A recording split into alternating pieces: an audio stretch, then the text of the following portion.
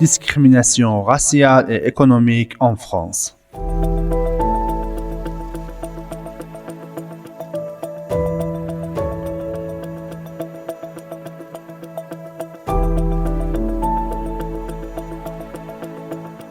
La France, en tant que pays avancé et multiculturel, a été toujours confrontée à des problèmes complexes, notamment la discrimination raciale et économique.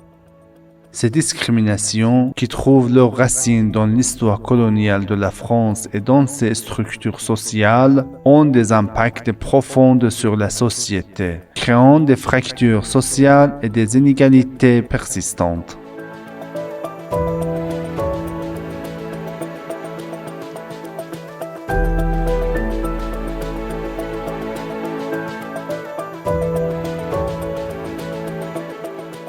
L'un des principaux défis en France est la discrimination raciale sur le marché du travail. Des études montrent que les personnes issues de l'immigration, en particulier celles originaires du Maghreb, Algérie, Tunisie, Maroc, rencontrent de nombreuses difficultés pour trouver des emplois convenables.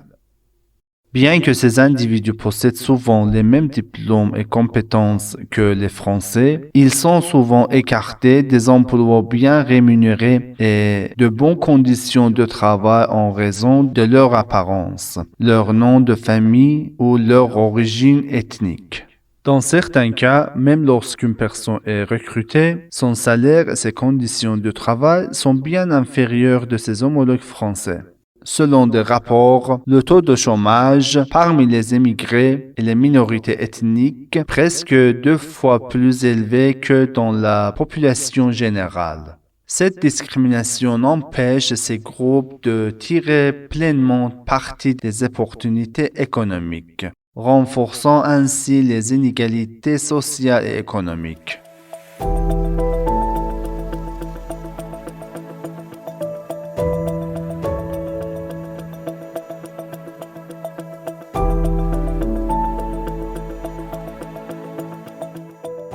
Le secteur du logement est également un domaine où la discrimination raciale et économique est très visible.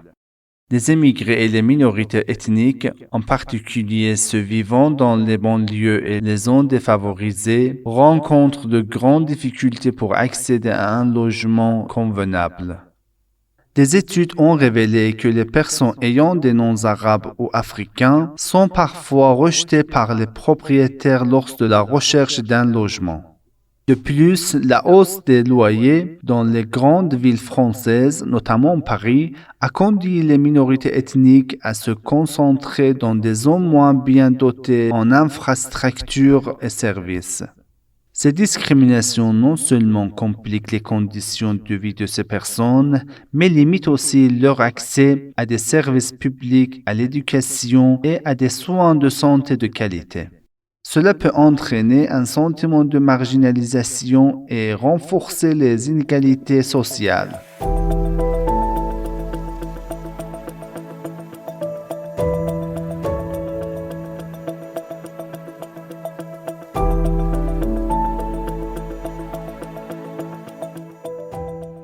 Le système éducatif français est également marqué par la discrimination raciale et économique. Les étudiants issus de familles migrantes ou de minorités ethniques ont souvent un accès limité aux ressources éducatives et à des opportunités égales.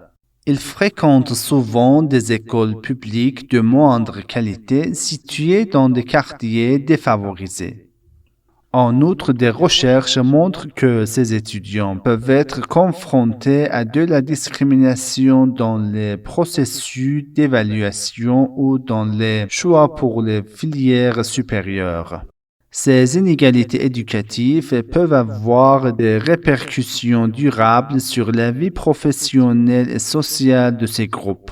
Le taux de décrochage scolaire chez les jeunes migrants est également plus élevé, ce qui peut conduire à des taux de chômage plus élevés et des situations de pauvreté accrues dans l'avenir.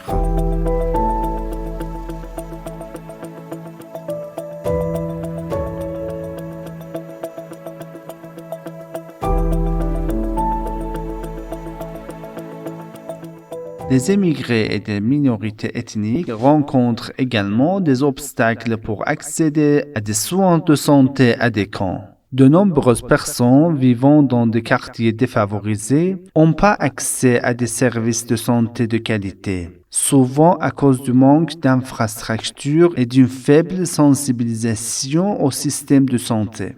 En outre, des discriminations raciales peuvent également se produire au sein du système de santé, certains groupes étant maltraités ou négligés par les prestataires de soins en raison de leur origine ethnique ou religieuse. Ces problèmes d'accès aux soins de santé peuvent avoir des conséquences graves pour la santé publique de ces groupes et les empêcher de bénéficier pleinement des droits en matière de santé.